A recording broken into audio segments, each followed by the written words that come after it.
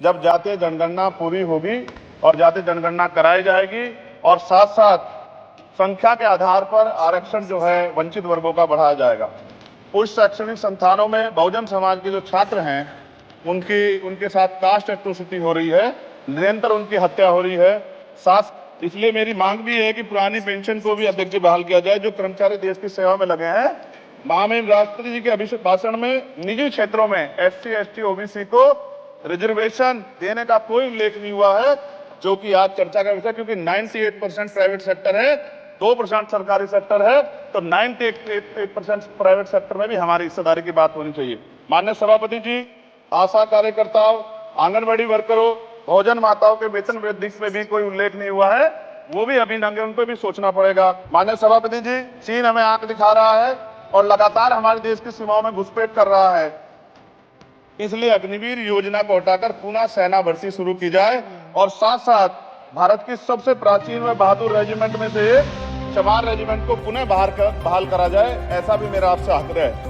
Everyone, please follow, like, share, comment and subscribe the Samyak Kranti channel. Thank you. माननीय सभापति जी, जय भीम। महामहिम राष्ट्रपति जी के अभिभाषण पर धन्यवाद प्रस्ताव पर बोलने को आपने मुझे अवसर दिया, इसके लिए मैं आपका आभारी हूं। सभापति महोदय, सर्वप्रथम मैं बहुजन समाज में जन्मे सभी संतों, गुरुओं, महान पुरुषों को नमन करता हूं, जिनमें महात्मा ज्योतिबा फूले, डॉक्टर बाबा साहब अम्बेडकर, मान्यवर काशीराम साहब को मैं याद भी करता हूं आज के दिन पर। साथ साथ नगीना की महान जनता और भीम आर्मी और हमारी पार्टी आजाद समाज पार्टी काशीराम के साथियों का भी धन्यवाद करता हूं। इसके बाद अपने कुल गुरु जगत गुरु सतगुरु रविदास जी महाराज को भी मैं नमन करता हूं, जिन्होंने दुनिया को लगभग 600 साल पहले बेगमपुरा शहर के रूप में दुनिया का सबसे महान लोकतांत्रिक दर्शन दिया। अध्यक्ष महोदय, माननीय सभापति जी, 14 अगस्त 1947 को ये देश अंग्रेजों के अधीन था। 15 अगस्त 1947 को हम लोग आज़ाद हुए। 16 अगस्त 1947 को देश आज़ादी में था, लेकिन धन धरती राजपाट में बंटवारा नहीं हुआ। जो साधन संसाधन थे उनमें बंटवारा सही रूप से न होने के कारण एक बहुत बड़ी आबादी सुविधाओं से वंचित और सम्मान से वंचित रह गई। उनको सम्मान देने के लिए और अंतिम व्यक्ति तक सुविधाएं पहुंचे, इसके लिए लोकतंत्र की व्यवस्था हुई। लेकिन आज़ादी के 70 साल बाद भी हम कहाँ खड़े हैं, इस पर ये चिंता का विषय है।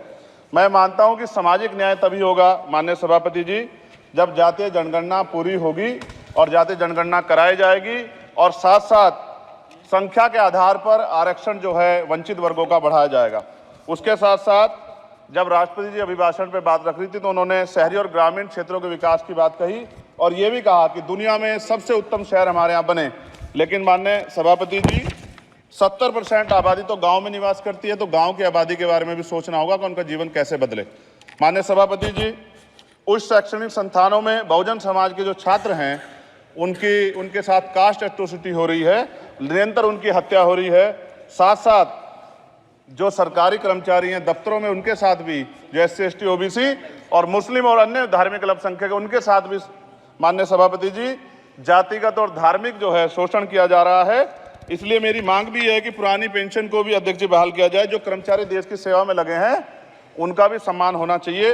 साथ साथ सभापति जी, भाजपा ने चुनावी लाभ के लिए सबका साथ सबका विकास के नारे दिए जो खोखले हैं, क्योंकि 10 साल में दलित, पिछड़े, आदिवासी, मुस्लिम और अन्य धार्मिक अल्पसंख्यक जो अत्याचार हुए हैं वो किससे छिपे हुए नहीं हैं। ये गलत है, ये बंद होना चाहिए।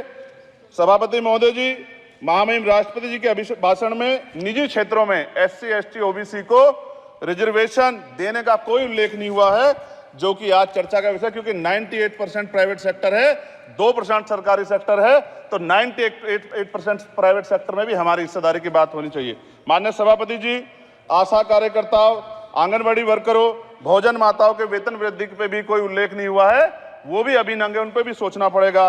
माननीय सभापति जी, जिस क्षेत्र से मैं चुन के आऊं नगीना से, वो बहुत पिछड़ा क्षेत्र है। उस क्षेत्र में कोई विशेष आर्थिक पैकेज नहीं दिया गया, रोजगार की सेवाएं नहीं है, नौजवान पलायन करता है।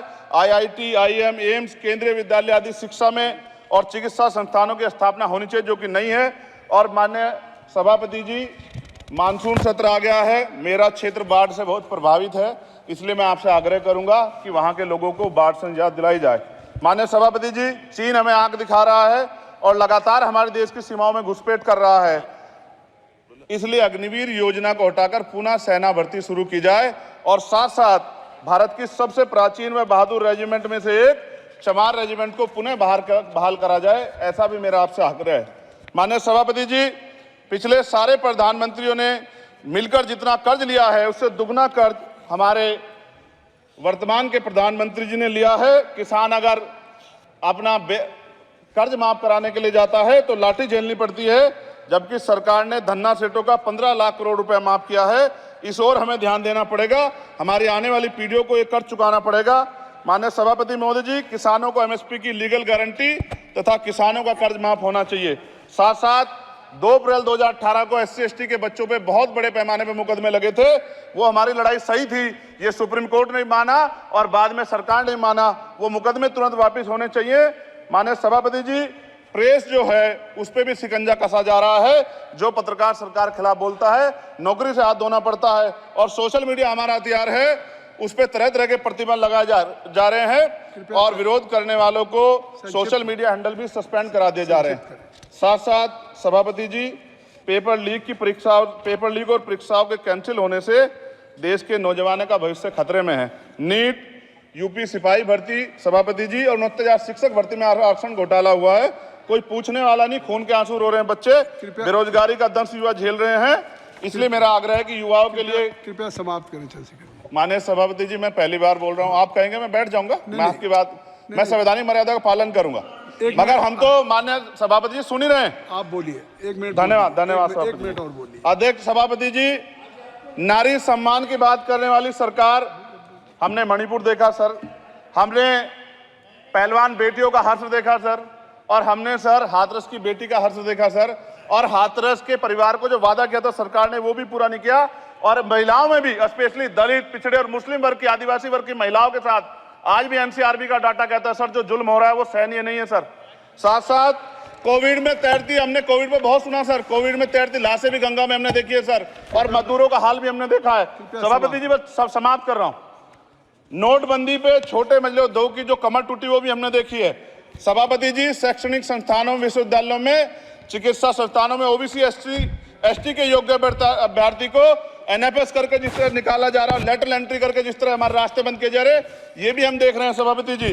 साथ साथ मेरा ये कहना है सर, ये सबका इशू है कि प्राइवेट कर्मचारी सर और सरकारी भी कई जगह पे 8 से ज्यादा घंटों से काम करते हैं, और उनको जो सर उचित वेतन भी नहीं मिलता, तो न्यूनतम वेतन 20,000 रुपए तय हो और 24 घंटे की ड्यूटी। उदाहरण के तौर पे यूपी पुलिस सर बहुत पूरा काम करते हैं वो लोग, वो राज्य के विषय हैं। आप सर मैं आपके राज्य सरकार के लिए भी आपके संज्ञान में डाल रहा हूँ विषय सर, पुलिस सब जगह है सर, लेकिन सवाल ये है सर, बहुत पसीना बहाते हैं, 8 घंटे की ड्यूटी और वेतन विसंगति, बोर्डर स्कीम से उनको जो है बाहर किया जाए। माननीय सभापति जी, 1 मिनट चाहिए सभापति जी। राष्ट्रपति जी ने धर्म के बारे में बात की थी, राम मंदिर से पहले हमारे गुरुघर तुगलकाबाद का फैसला आया था राष्ट्रपति जी, वो सभापति जी अभी तक दिल्ली में स्थित सदगुरु रविदास जी महाराज का गुरुघर नहीं बना। साथ साथ सभापति जी, अपनी बात को खत्म करते हुए मैं आपसे कहना चाहता हूं कि जितना देश दूसरों का है सर, इतना हमारा भी है। हम मरने के लिए पैदा नहीं हुए, जो चाहता है हमारी हत्या कर देता है। मूछें रखने पे, घोड़ी पे बैठने पे, मटकी छूने पे हमारी हत्या हो रही है। क्या बदला है सर 70 साल बाद भी? दलित, पिछड़े, मुसलमानों पे हिंसा नहीं रुक रही है सर। मेरा आपसे संरक्षण के साथ ये आग्रह है कि इन घटनाओं को रोका जाए, और देश किसी की बपोती नहीं है, देश संविधान से चलता है सर, और संविधान से चलेगा, संविधान छेड़खानी बर्दाश्त नहीं की जाएगी सर। धन्यवाद।